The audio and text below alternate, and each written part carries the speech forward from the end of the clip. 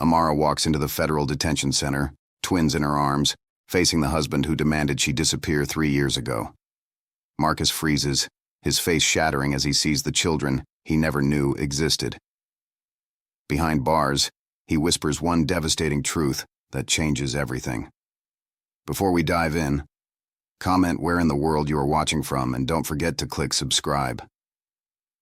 The pen trembled in Amara Bennett's hand as she stared at the divorce papers spread across the mahogany desk, her husband's lawyer watching her with the cold patience of a vulture. 3 years of marriage reduced to signatures and legal jargon. And somewhere down the hall, their 18-month-old daughter Zoe was crying for a mother who couldn't stop her hands from shaking. Marcus Bennett stood by the floor-to-ceiling windows of his corner office, his back to her, rigid in his Tom Ford suit like this was just another business transaction he needed to close before lunch, sign the divorce and disappear. Those were his exact words 20 minutes ago, delivered with the same tone he used to fire executives who disappointed him. No emotion, no hesitation, just a command he expected to be obeyed. Amara had married a man who looked at her like she hung the moon, but somewhere between their wedding vows and this moment, that man had been replaced by this stranger who wouldn't even turn around to watch his family disintegrate. The lawyer cleared his throat, and Amara realized she'd been staring at Marcus's name on the letterhead for too long. Bennett Enterprises, where she'd worked as a junior marketing analyst when they met, back when she thought office romances were cliché until Marcus walked into that pitch meeting and asked her opinion instead of her boss's. That was the Marcus who brought her coffee every morning for 6 weeks before finally asking her to dinner, who looked genuinely terrified she might say no. This Marcus, the one standing with his shoulders squared like he was bracing for impact from something that didn't involve her at all, this was someone she didn't recognize. "Your daughter needs you," she wanted to scream, but the words stuck in her throat like broken glass because Zoe wasn't even factored into these papers. Not really. Full custody to Marcus with supervised visitation rights for her, as if she was the threat. As if she hadn't carried that baby for 9 months while Marcus worked 16-hour days building his empire. The irony would be funny if it wasn't destroying her. Marcus finally turned, and Amara's breath caught because even now, even drowning in betrayal and confusion, he was still the most beautiful man she'd ever seen. Sandy hair that fell just slightly too long, blue eyes that used to soften when he looked at her but now held nothing but a terrible kind of determination, and a jaw so tight she could see the muscle jumping beneath his skin. He was hurting too, she realized with a shock, and that made everything worse because hurt people who won't admit they're hurt do catastrophic things. "Just sign it, Amara." His voice cracked on her name, just barely, but enough that the lawyer glanced up sharply. "This is better for everyone." "How?" she heard herself say, and it came out stronger than she felt. "How is losing her mother better for Zoe? How is this better for anyone? Except whatever or whoever convinced you to do this." Something flickered across Marcus's face, fast as lightning, and twice as dangerous. The lawyer started gathering papers, clearly uncomfortable with the shift in atmosphere, but Marcus held up one hand, and the man froze. This wasn't about comfort. This was about a woman who'd loved her husband with everything she had watching him choose something else. And she didn't even know what that something else was. "You'll receive $5 million, Marcus said, like that explained anything. "Full settlement, immediate transfer, enough to start over anywhere you want. Anywhere but here. The apartment is yours for 60 days. Then we need it back." "We, not I. We." Amara's mind snagged on that pronoun like fabric on a nail. "Who's we, Marcus? Who's making these decisions with you? Your mother, your board, some woman I don't know about yet." His expression shuddered completely, and that was answer enough. There was someone, or multiple someones, pulling strings Amara couldn't see. Marcus wasn't cruel, had never been cruel in all the time she'd known him.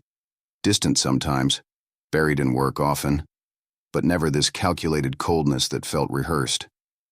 "If you fight this," he continued, and now his voice had dropped to something quiet and terrible, "you'll lose everything. The lawyers I have, Amara, the resources, you can't win. I don't want to do that to you. I'm trying to be generous. I'm trying to make this clean. Clean." Like their marriage was a spill that needed mopping up. like their daughter was a complication that needed managing. Amara stood up so fast her chair rolled backward and hit the wall, and suddenly, she was right in front of him. Close enough to see the shadows under his eyes that makeup artists on television would kill to replicate. He hadn't slept. Days, maybe weeks, of no sleep. "Look at me," she demanded. And when he didn't immediately comply, she repeated it louder. "Look at me, Marcus. Tell me what's really happening here, because this isn't you. This isn't the man who cried when Zoe was born. This isn't the man who promised me forever." Forever was a miscalculation, he said flatly. But his eyes, God, his eyes were screaming something else entirely. His hand twitched like he wanted to reach for her, then stopped. "You need to sign the papers and leave. Today. Now. Or what? Or I'll make you leave without the money, without anything except the clothes you're wearing." The words came out mechanical, practiced. Someone had coached him on what to say, how to say it. Amara would bet her last dollar that someone was his mother, Victoria Bennett, who'd made her disapproval of their marriage crystal clear from day one. A black woman with a state school education wasn't appropriate for the Bennett legacy, apparently.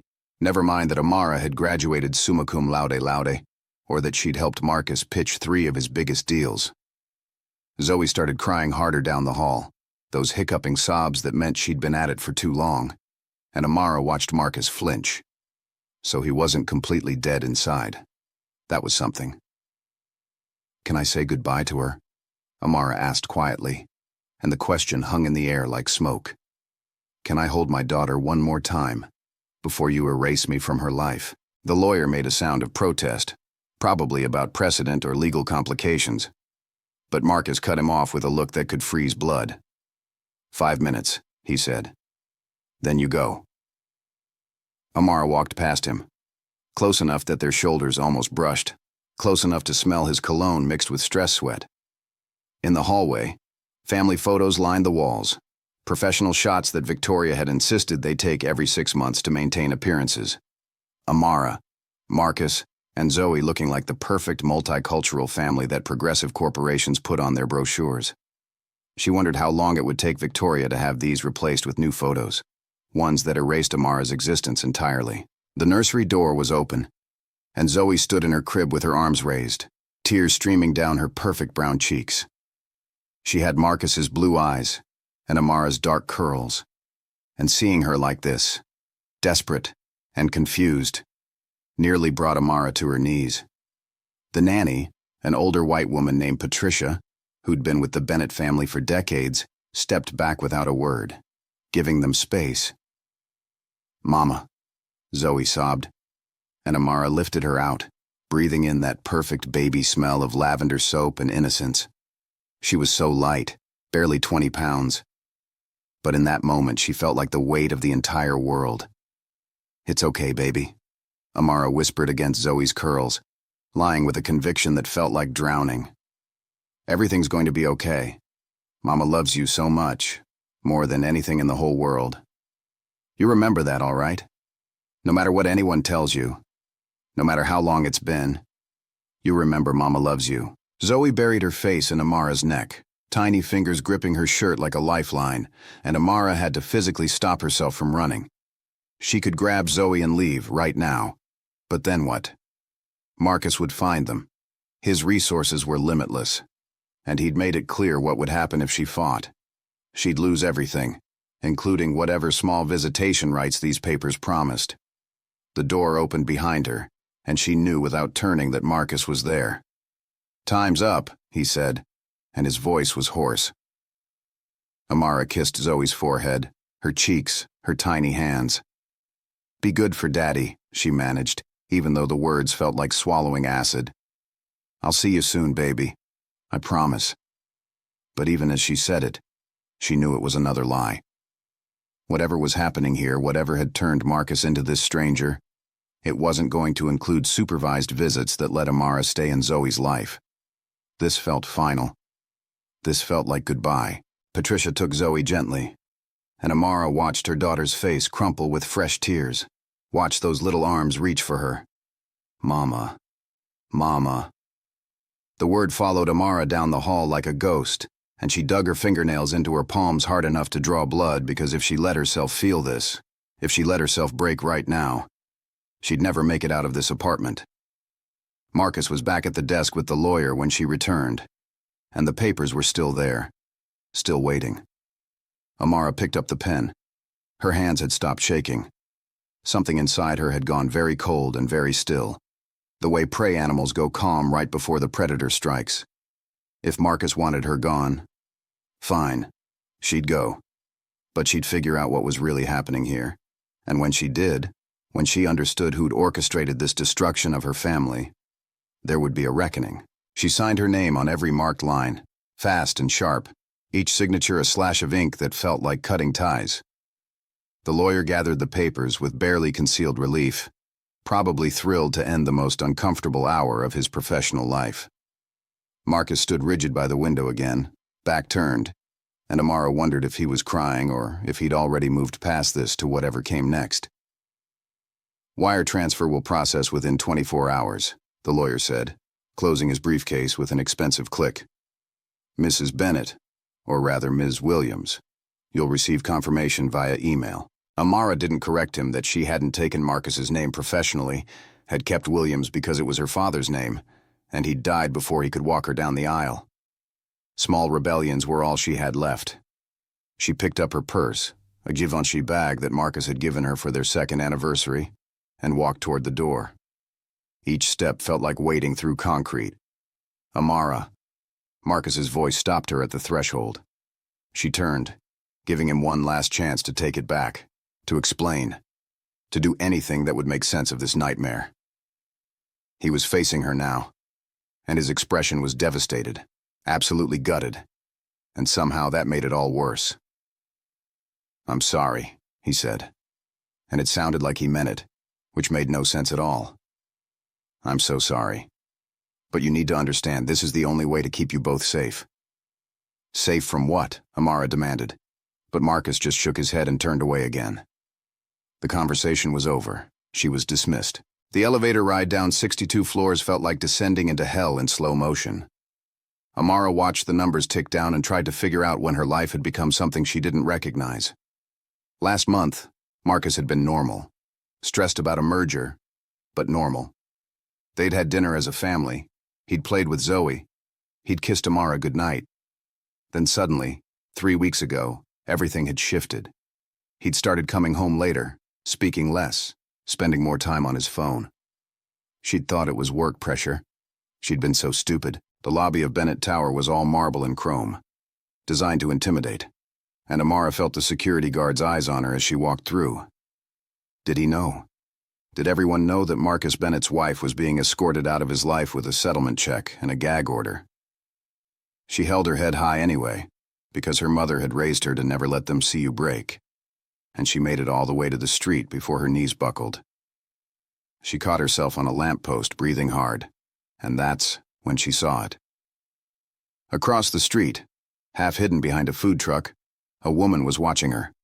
Late 50s, expensively dressed, blonde hair and a perfect chignon. Victoria Bennett. Marcus's mother wore an expression of cold satisfaction that made Amara's stomach turn. So she'd been there the whole time, probably upstairs coordinating this whole performance, making sure her son went through with it. Their eyes met across 4 lanes of Manhattan traffic, and Victoria smiled. Not a warm smile, a victorious one. The smile of someone who'd won a war Amara hadn't even known she was fighting.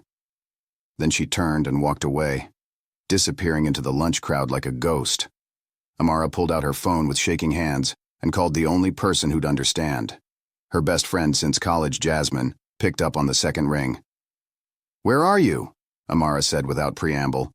"I need you. Right now." 2 hours later, she was on Jasmine's couch in Brooklyn, wrapped in a blanket that smelled like lavender and safety, telling the story in broken pieces that didn't quite fit together. Jasmine listened without interrupting, her dark eyes fierce with protective anger, and when Amara finally ran out of words, she said the thing Amara had been thinking, but was too afraid to voice. "This isn't about him falling out of love with you. This is about someone threatening something he loves more than himself. That man adores you and Zoe. Something scared him bad enough to do this." But what? Amara whispered. What could be that bad? That's what we're going to find out. Jasmine was already opening her laptop, fingers flying across the keyboard. Because rich people don't do things for no reason, and they definitely don't give away $5 million unless they're either very guilty or very scared. We follow the money. We find the truth. The money hit Amara's account at 8 the next morning, and she stared at the number with a combination of rage and vindication. $5 million for 3 years of marriage and the loss of her daughter. It should feel like winning something, but instead it felt like blood money. Payment for silence. Hush money to make a problem disappear. She used $100,000 to retain a private investigator, a woman named Sarah Chen, who specialized in corporate espionage and personal security. Sarah had worked for the FBI before going private, and she came highly recommended by Jasmine's cousin, who'd used her during a messy divorce from a hedge fund manager. If there were secrets in Marcus Bennett's life, Sarah would excavate them. 1 week after signing the papers, Amara received the first report, and it made no sense. Marcus's finances were clean. No mistress, no secret second family, no gambling debts or hidden vices. His schedule was exactly what she'd expect. Office, home, occasional board meetings. The only irregularity was a series of meetings over the past month with someone named David Rothstein, a lawyer who specialized in corporate compliance and regulatory issues. The meetings had been off books, not recorded in Marcus's official calendar, which meant he didn't want them traced. Sarah had included Rothstein's bio, and Amara read it with growing confusion. This wasn't a divorce lawyer or a corporate raider. This was someone you hired when the government was investigating you, or when you needed to navigate legal landmines without triggering explosions. What had Marcus gotten himself into? The supervised visitation never materialized. Amara called the family lawyer's office repeatedly, only to be told that Marcus had concerns about her mental state following the divorce and thought it best to wait a few months before introducing visits. The casual cruelty of it stole her breath. He was rewriting history, making her the unstable one, building a case that she couldn't be trusted with their daughter. She tried calling Marcus directly, but his number went straight to voicemail. Emails bounced back with automated responses. He'd blocked her completely, erased her from his life with the efficiency of someone deleting spam. Patricia, the nanny, ignored her calls too. Even Victoria's assistant claimed the matriarch was traveling indefinitely when Amara tried to reach her. 2 weeks became a month, became 2 months, and Amara felt herself disappearing. She'd moved out of the city to a small town in Connecticut, partly to avoid running into anyone from her old life, and partly because she couldn't breathe in Manhattan anymore. Every corner reminded her of what she'd lost. The park where she'd taken Zoe for walks. The cafe where she and Marcus had shared lazy Sunday mornings. The hospital where she'd given birth while Marcus held her hand and cried. She got a job at a small marketing firm, using her maiden name and a carefully edited resume that made no mention of Bennett Enterprises. Her co-workers were kind, normal people, who had no idea she was a walking wound dressed in business casual. At night, she lay awake and imagined Zoe growing, changing, forming memories that wouldn't include her. Did her daughter still cry for her mama?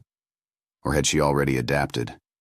Already started calling Patricia something else? Sarah called on a Tuesday in September with information that changed everything.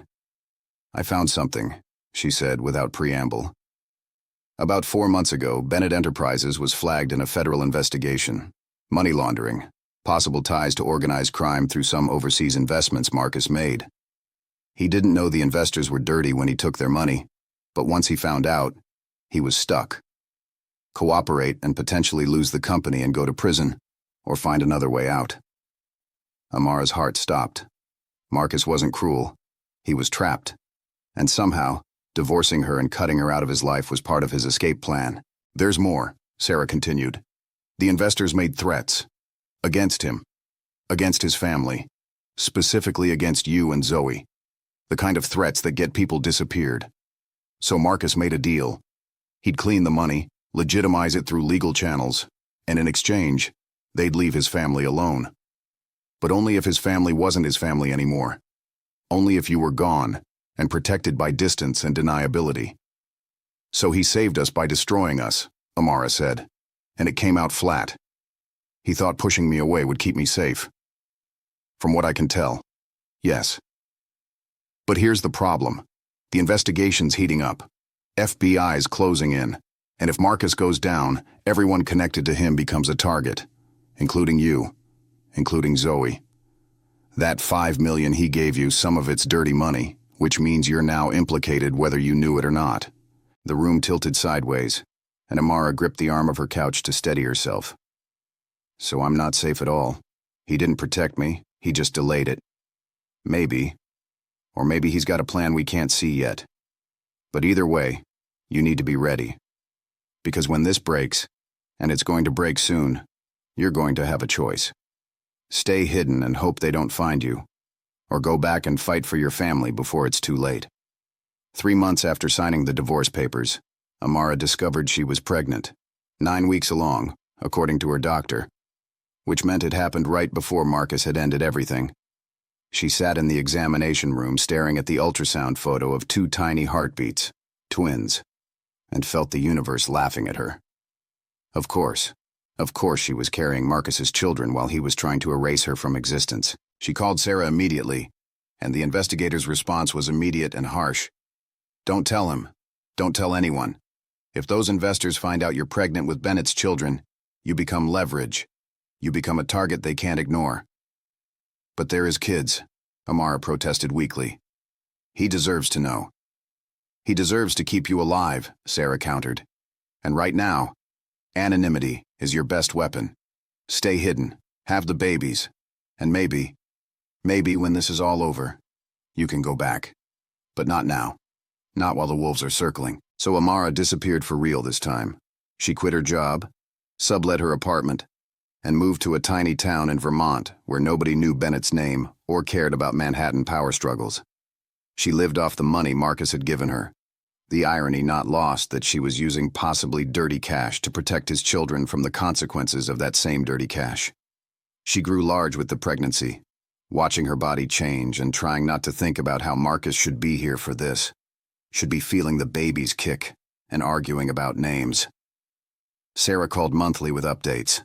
The investigation was moving forward. Marcus had been subpoenaed. Bennett Enterprises' stock had tanked. Victoria had been questioned. Through it all, Marcus maintained his innocence, claimed ignorance about the investors' backgrounds, and cooperated fully with authorities. He was either a brilliant actor or telling the truth, and Amara wanted to believe it was the latter. She gave birth on a freezing February morning, delivering a boy and a girl with her only companion, a midwife who asked no questions. The babies were beautiful, perfect, with Marcus's blue eyes and her dark hair. She named them Caleb and Maya, strong names for children who'd been born into complicated circumstances. As she held them, one in each arm, she made them a promise. Whatever happened next, whoever their father had become, or whatever danger circled their family, she would protect them. She would be what they needed, even if that meant staying away from the man she still loved. Spring came, and with it, news that broke across every media outlet. Marcus Bennett had been arrested. Federal charges, conspiracy to commit money laundering, and about 6 other accusations Amara's mind couldn't process. His mugshot was everywhere, and he looked thin, exhausted. Nothing like the confident CEO who'd demanded she sign divorce papers. Jasmine called, frantic, asking if Amara was safe, if she needed anything. Sarah called with a different message. The investors are gone. Arrested, killed, scattered. The threat's over. But Marcus is facing 20 years. Amara stared at her 6-month-old babies sleeping in their bassinets and tried to figure out what she felt. Relief that the danger had passed. Horror at what Marcus was facing. Rage that he'd made these choices without trusting her enough to let her help. Love, still, stupidly, because apparently 3 years of marriage and 1 devastating divorce weren't enough to kill what she felt for him. You could go back now, Sarah said carefully. Take the twins. Show up, demand to be heard. He needs allies. He needs someone who believes in him. Does he? Amara asked. Deserve me believing in him after what he did? That's not for me to decide. But those babies deserve a chance to know their father, and he deserves to know they exist. The question is whether you're ready to walk back into that fire, Amara looked at Caleb and Maya, at Zoe's photo on her phone, the one she'd taken the day before everything fell apart. 3 children, one impossible situation, and a choice that would define the rest of their lives. She could stay hidden, raise the twins in safety and anonymity, let Marcus face his consequences alone. Or she could go back to New York, reveal everything, and demand the truth he'd denied her. The decision should have been hard, but when she really examined her heart, it wasn't. You don't stop fighting for family just because they broke your heart trying to protect you. You don't abandon the father of your children just because he made terrible choices for what he thought were right reasons. And you definitely don't let the Victorias of the world win by erasing your existence. Amara picked up her phone and bought 3 plane tickets to New York. It was time to stop disappearing. It was time to make Marcus Bennett face what he'd done, and more importantly, what they'd created despite his attempts to push her away. She was coming back with his children, plural, and whether he was ready or not, they were going to have a conversation that was 3 years and 2 babies overdue. She looked at her reflection in the mirror as she packed, noting the changes 3 years had carved into her face. Harder edges, less softness, eyes that had seen betrayal, and survived it. The Amara who'd signed those divorce papers had been broken, confused, desperate for answers. This Amara had answers, had power, had 2 babies who needed their father, and a daughter who needed her mother. This Amara was done being erased. The flight was scheduled for Monday morning. She had 4 days to prepare, to figure out what she'd say when she saw him again, to brace herself for whatever came next. Because revealing the twins wouldn't just change Marcus's life. It would detonate whatever remained of his carefully constructed defenses and force him to confront the consequences of his protection. You couldn't save someone by pushing them away and expect them to stay gone forever. Sunday night, Amara couldn't sleep. She walked the small house she'd rented, checking on the babies obsessively, packing and repacking their diaper bag. Jasmine had offered to come with her, but Amara had refused. This conversation needed to happen with just her and Marcus. No audience, no buffers. Just 2 people who'd loved each other and let fear destroy what they'd built. At 3 in the morning, her phone rang. Unknown number, which usually meant spam, but something made her answer. The voice on the other end made her blood freeze. "Mrs. Bennett," Victoria said, and the formal address dripped with condescension. Or should I say Miss Williams? "We need to talk about your planned trip to New York." Amara's hand tightened on the phone. "How did you know about that?" "I make it my business to know things that concern my son. And you showing up with some desperate plea for reconciliation while he's facing federal charges? That concerns me very much. So here's what's going to happen. You're going to stay in whatever little hiding place you've found, and you're going to forget about Marcus, about Zoe, about all of it.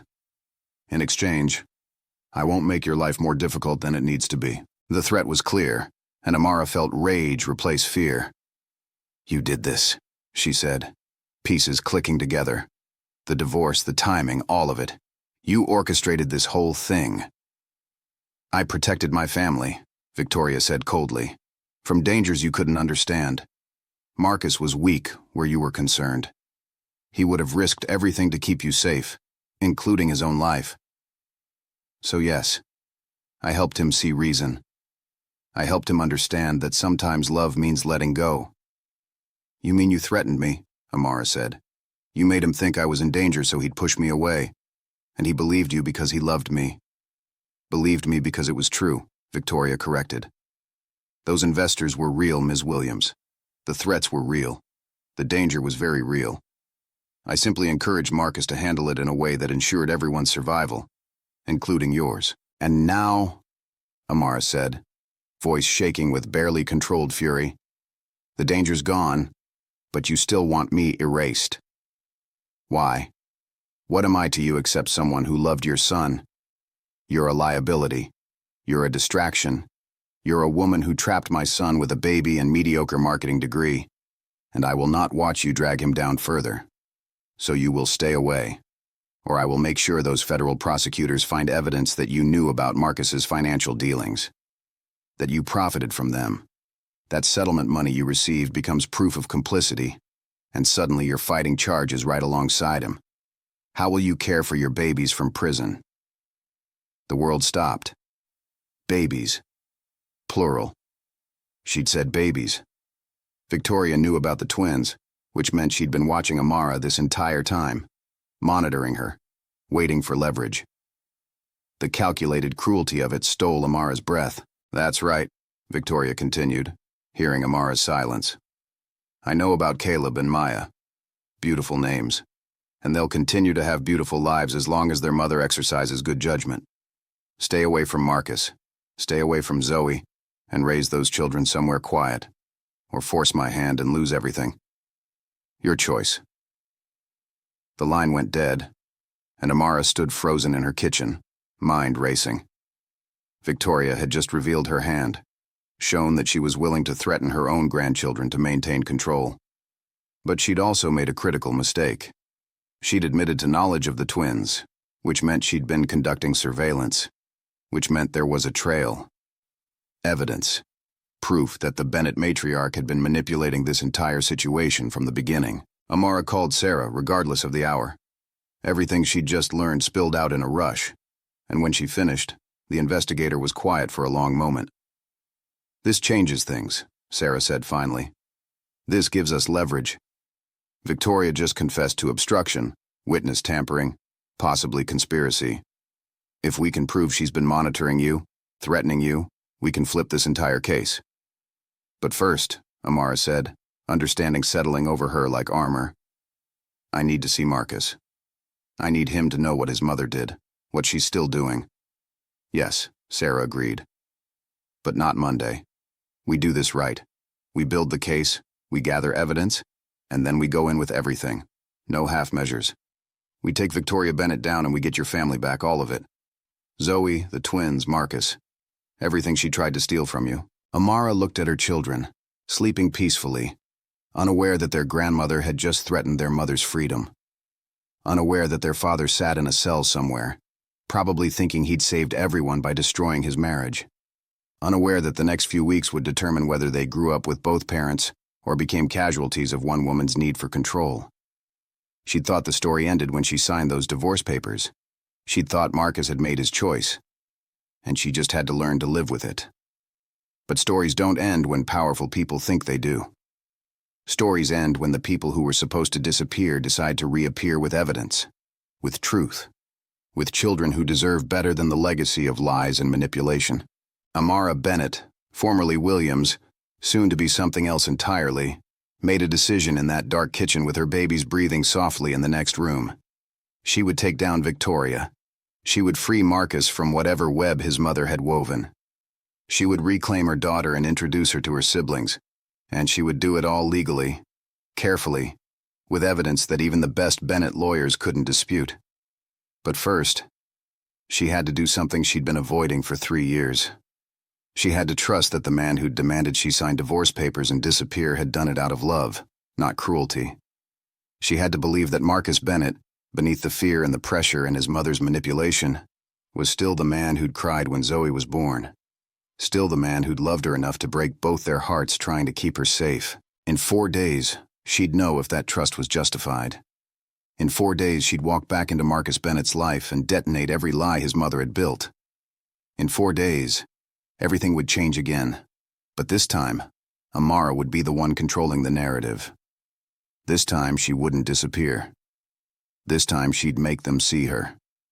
This time, she had everything to lose and everything to gain, and Victoria Bennett was about to discover that erasing a woman doesn't make her powerless.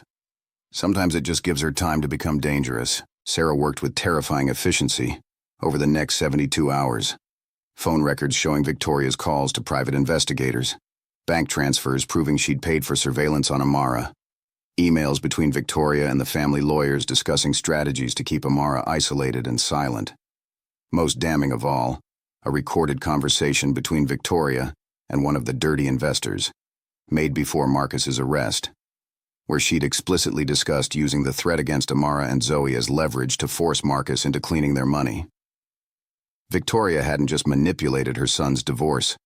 She'd been complicit in the entire criminal enterprise, using her own family as pawns to protect Bennett Enterprises and her social standing. The evidence was enough to bury her, but Sarah wanted more. We need Marcus's testimony, she explained to Amara on Wednesday afternoon. "We need him to confirm that Victoria pressured him, that the divorce was coerced, that he believed his family was in real danger. Without his voice, Victoria's lawyers will claim she was just a concerned mother making hard choices." "So I need to see him," Amara said, understanding the weight of what came next. "I need to walk into that federal detention center with our twins and make him tell the truth." "Yes. But Amara, you need to be prepared for the possibility that he's too broken to fight back.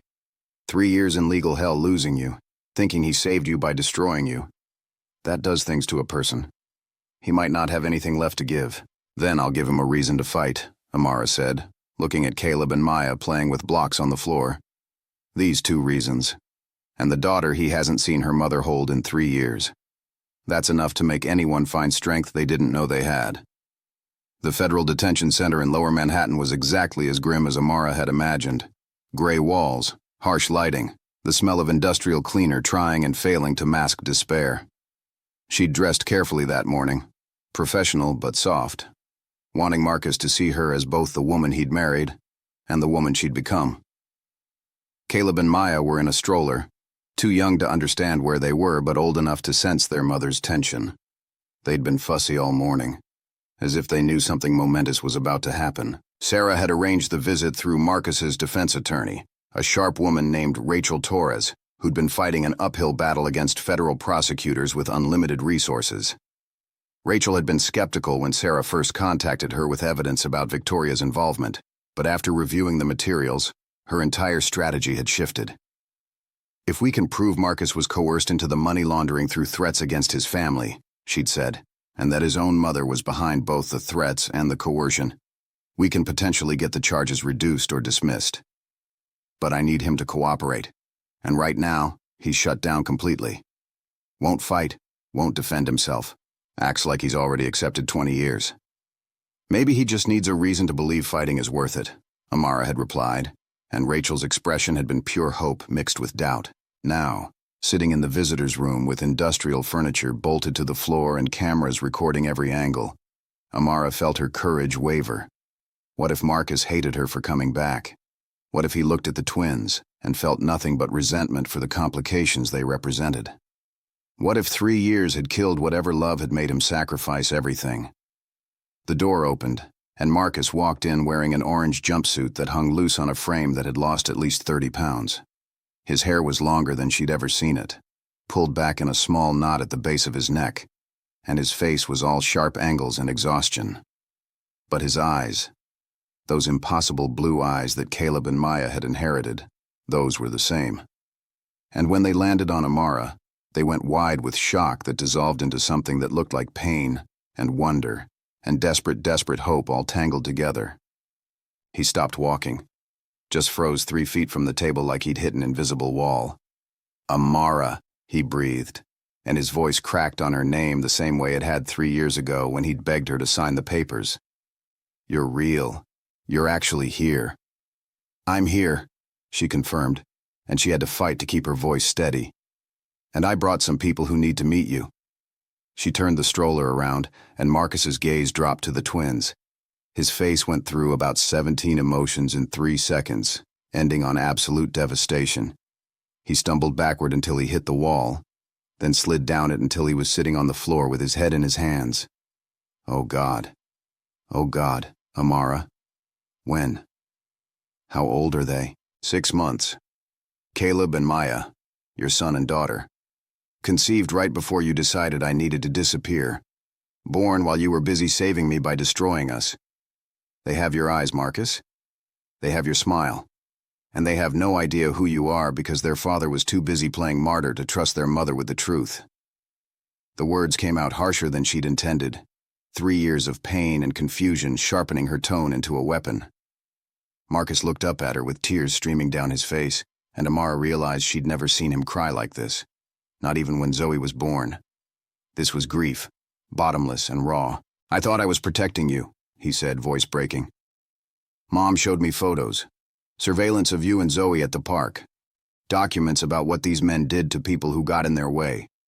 She said they were watching you, waiting for me to make a wrong move, and if I didn't cooperate, if I didn't push you away completely, They'd take you. Both of you. Make you disappear for real. So I chose the only thing I could choose. I chose to break your heart instead of letting them break your body. Your mother lied to you, Amara said, and she pulled out her phone, scrolling to the files Sarah had sent. Those investors were dangerous, yes. But Victoria was working with them, Marcus. She helped them launder money through Bennett Enterprises. She used their threats as leverage to manipulate you into cooperating. And she used us, me and Zoe, as the bait to make sure you'd do exactly what she wanted. The divorce wasn't about saving us. It was about controlling you. She showed him the evidence, watching his expression shift from confusion to horror to white-hot rage. Each document, each recording, each piece of proof that his mother had orchestrated his entire nightmare. By the time Amara finished, Marcus had pushed himself back to his feet and was gripping the edge of the table hard enough that his knuckles had gone bloodless. She destroyed us on purpose, he said flatly. She used my love for you as a weapon. She threatened my children to make me commit crimes. And I believed her. I believed every word because I thought she loved me. I thought she wanted to protect the family. She wanted to protect the Bennett name and the Bennett fortune, Amara corrected. We were collateral damage. But Marcus, the game isn't over. We have evidence that can clear you and destroy her. Rachel thinks with this information and your testimony about the coercion, the prosecutors will drop most of the charges. You could be free. We could be free. But you have to fight. You have to stop accepting this fate you think you deserve and fight for your children.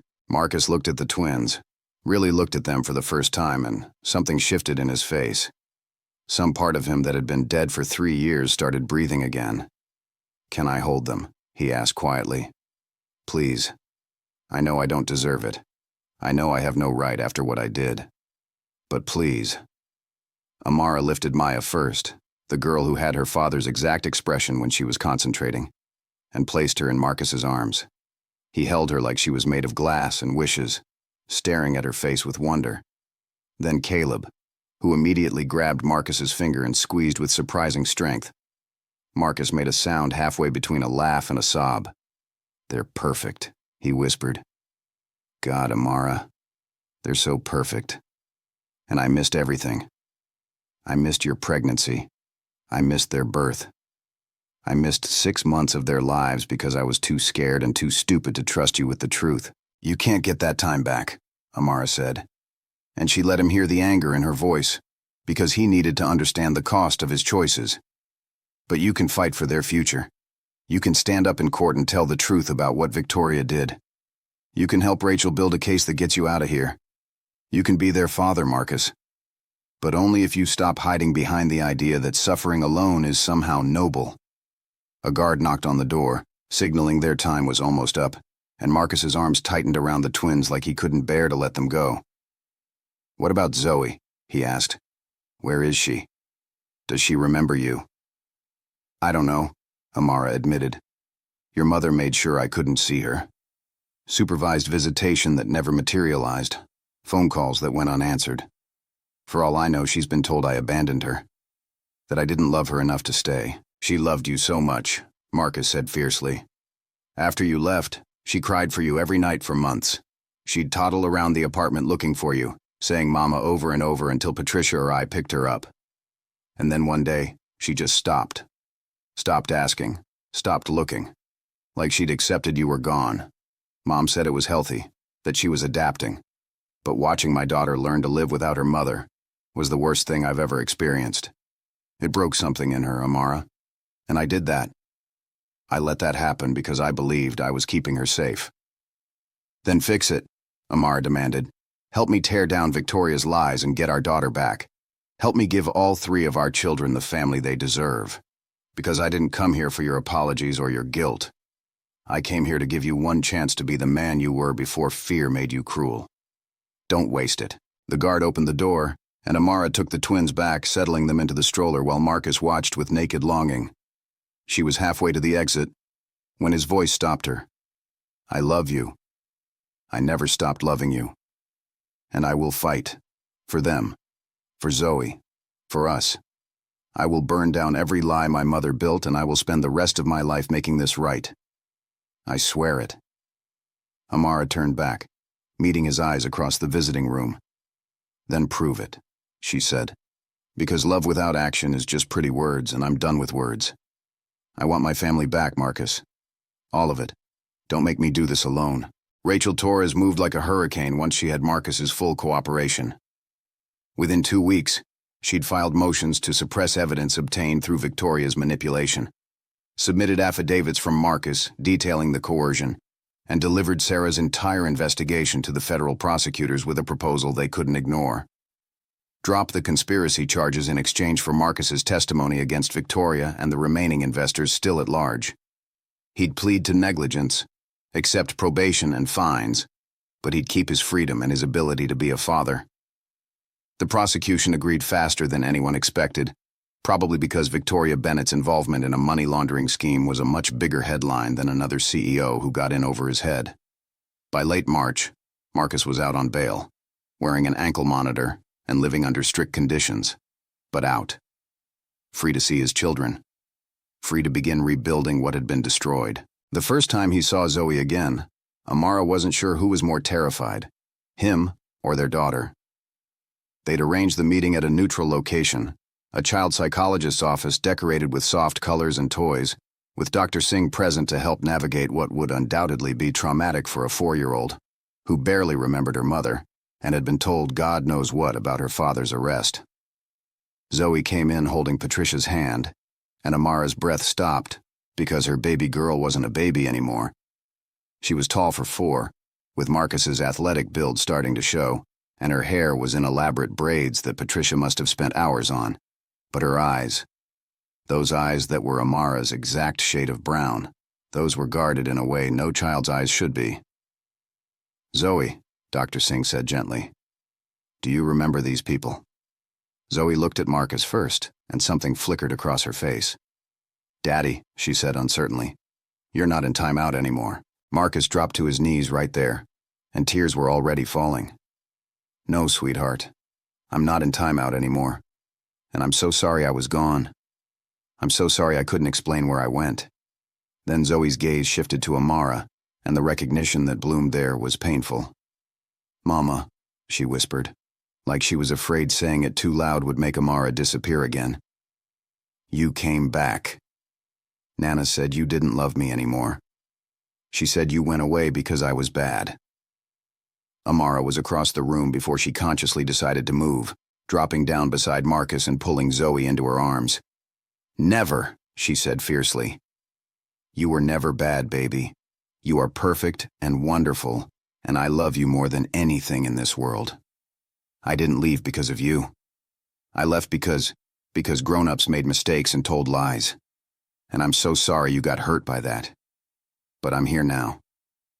And I'm never leaving you again." Zoe clung to her like she used to as a baby, and Amara felt 3 years of grief pour out all at once. Behind her, Marcus was crying too, and Dr. Singh was quietly observing, probably taking notes on this disaster of a family trying to stitch itself back together. After a long moment, Zoe pulled back and looked between her parents with a child's cutting clarity. "Are you going to be a family again?" she asked. "Or are you still mad at each other?" "We're working on it," Marcus said carefully. "We made mistakes, big ones, and it's going to take time to fix them. But we both love you so much, Zoe. That never changed. And we're going to do everything we can to be better." "Do I have to choose?" Zoe asked. And the question broke Amara's heart. "Do I have to pick which one I love more?" "No," Amara said firmly. "You never have to choose. You get both of us, no matter what happens. We're both your parents. We're both here." "What about the babies Patricia told me about?" Zoe said. And Amara shot a look at the nanny who had the grace to look uncomfortable. "Are they real, or did I dream them?" "They're very real," Marcus said, and he pulled out his phone to show Zoe pictures of the twins. "These are your little brother and sister, Caleb and Maya. They're 6 months old, and they're going to love you so much." Zoe stared at the photos with an expression that cycled through confusion, curiosity, and something that looked almost like relief. So I'm not alone anymore, she said. I have siblings, a whole family. You were never alone, sweetheart, Amara said. But yes, you have a brother and a sister who can't wait to meet you. The reunion wasn't perfect. Zoe was skittish, prone to sudden mood swings, clearly traumatized by 3 years of instability. But she also proved resilient in the way children often are, adapting to having both parents present again with a pragmatism that put the adults to shame. She declared herself the boss of Caleb and Maya within 15 minutes of meeting them, and when Maya spit up on her shirt, she just shrugged and said, "Babies are gross, but I still love them anyway." Victoria's arrest happened on a Thursday morning in April. Federal agents showing up at her Park Avenue penthouse with cameras rolling and charges that included conspiracy to commit money laundering, obstruction of justice, witness tampering, and about 8 other counts that would likely put her away for a decade. Amara watched the news coverage with grim satisfaction, seeing Victoria's perfectly composed mask crack as she was led away in handcuffs. This was the woman who'd called Amara a liability, who'd threatened her grandchildren, who'd destroyed her own son's life to protect her precious reputation. Now everyone would know exactly what Victoria Bennett was capable of. Marcus watched too, his expression unreadable. "She was my mother," he said quietly. "I know she did terrible things. I know she deserves this. But she was still my mother, and part of me. The stupid part that remembers being a kid who thought she loved me. That part hurts." "You're allowed to grieve who you thought she was," Amara said, taking his hand. "That doesn't mean you're betraying us or excusing what she did.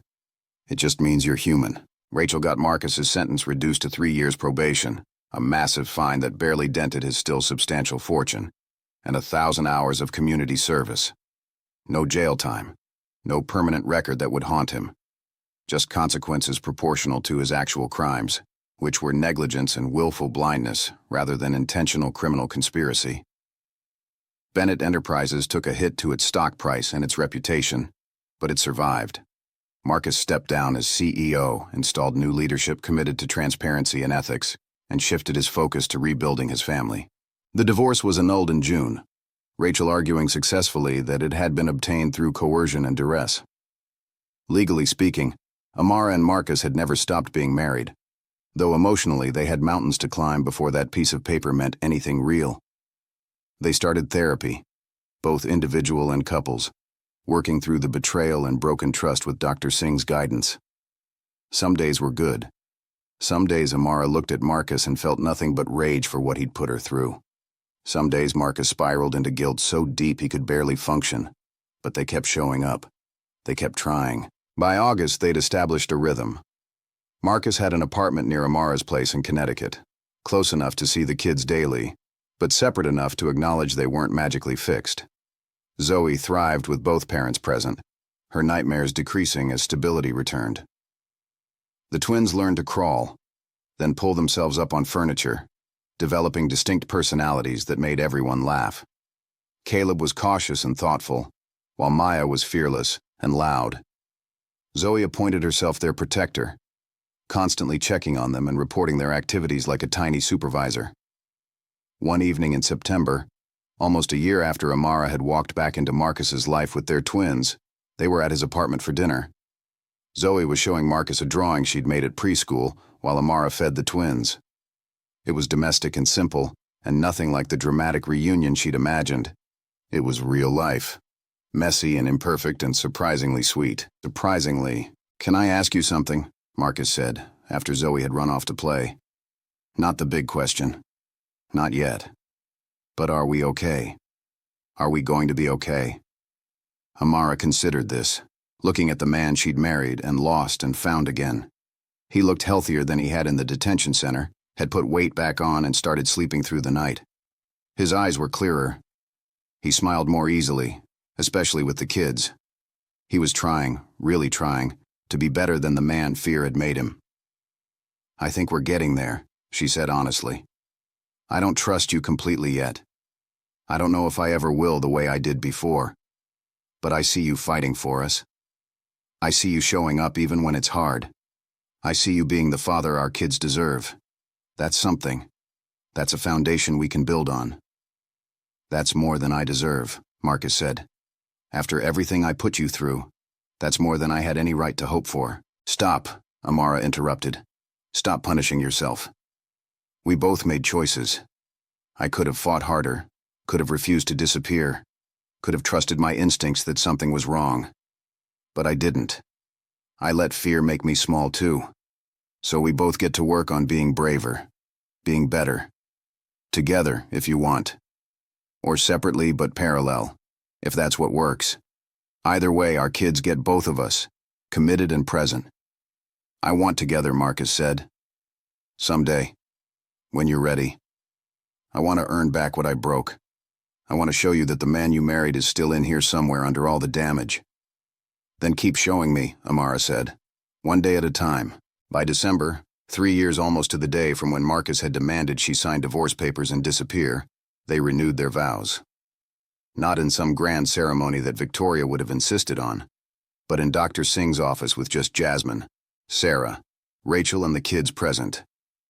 Zoe served as ring-bearer with serious concentration, while the twins provided chaotic entertainment by trying to eat the flowers. Marcus's vows were simple and devastating. I promise to trust you with the truth, even when the truth is terrifying. I promise to fight beside you instead of trying to protect you by pushing you away. I promise to be the partner you deserve and the father our children need. And I promise, Amara Williams Bennett, that I will spend every day for the rest of my life proving that love means showing up, especially when it's hard. Amara's vows were equally direct. I promise to believe in us enough to demand better when we fall short. I promise to fight for this family with everything I have. I promise to raise our children to be braver and kinder than we were in our worst moments. And I promise to remind you, Marcus Bennett, that you are more than your worst mistakes. You are the man who saved us by finally trusting me to help save you. They moved back in together in January, buying a house with enough bedrooms for everyone and a yard where Zoe could run with the kind of freedom she'd never had in Manhattan high-rises. Marcus worked from home mostly, consulting rather than running companies, prioritizing time with his family over empire building. Amara started her own marketing firm, small and selective, taking clients she believed in rather than chasing prestige. Victoria was sentenced to 8 years in federal prison after a trial that exposed decades of manipulation and white-collar crime. Marcus didn't attend, but he wrote her a letter that he shared with Amara first. You taught me that power matters more than people, that reputation is worth more than truth, that family is a resource to be managed rather than loved. I'm unlearning everything you taught me, and I'm becoming someone my children can be proud of. I hope prison gives you time to question whether it was worth it, trading your grandchildren's love for your precious Bennett legacy. Zoe started kindergarten and made friends with an ease that suggested resilience had won out over trauma. The twins learned to walk, stumbling around the house with Zoe hovering protectively nearby. Marcus and Amara had their first real fight as a reunited couple over something stupid, dish-loading technique or forgotten groceries, and then laughed afterward because if they could survive federal investigations and forced divorce, they could definitely survive domestic disagreements. On a night in March, 2 years after Amara had returned with the twins, she found Marcus in the nursery watching Caleb and Maya sleep. His expression was soft with wonder and grief mixed together. I miss so much, he said when she joined him. With Zoe, with them, with you. I can't get that time back. No, Amara agreed. But you're here for this time, for their first words and first steps and first days of school, for the nightmares and the triumphs and all the boring, beautiful, mundane moments that make a life. That's what matters. Not what we lost, but what we're building. Do you love me? Marcus asked suddenly. I know you're here. I know you're committed. But do you love me the way you did before? Or is this just partnership for the kids' sake? Amara took his hand, lacing their fingers together. I love you differently than I did before. The first love was easy and naive and built on the belief that nothing could touch us. This love is harder and wiser, and built on the knowledge that we can hurt each other and survive it. This love knows what it costs and chooses to pay it anyway. Is that the same as before? Number. Is it better? I think it might be. Marcus kissed her then, gentle and searching, and Amara let herself fall into it. Not the passionate desperation of their early relationship, but something deeper. Something earned through struggle and choice, and the daily decision to keep building together. The twins turned 2 in February, talking in full sentences and demanding constant entertainment. Zoe was 6 and reading at a 3rd-grade level, too smart for her own good and fiercely protective of her family. Marcus's probation ended, giving him back full freedom to travel and live without monitoring. Amara's firm landed a major client that validated her decision to go independent. They took a family vacation to Disney World, cheesy and exhausting and perfect, creating memories that would override the painful early years. One evening after the kids were in bed, Marcus presented Amara with something wrapped in tissue paper. Inside was a leather-bound journal, its pages filled with his handwriting. "It's everything," he explained.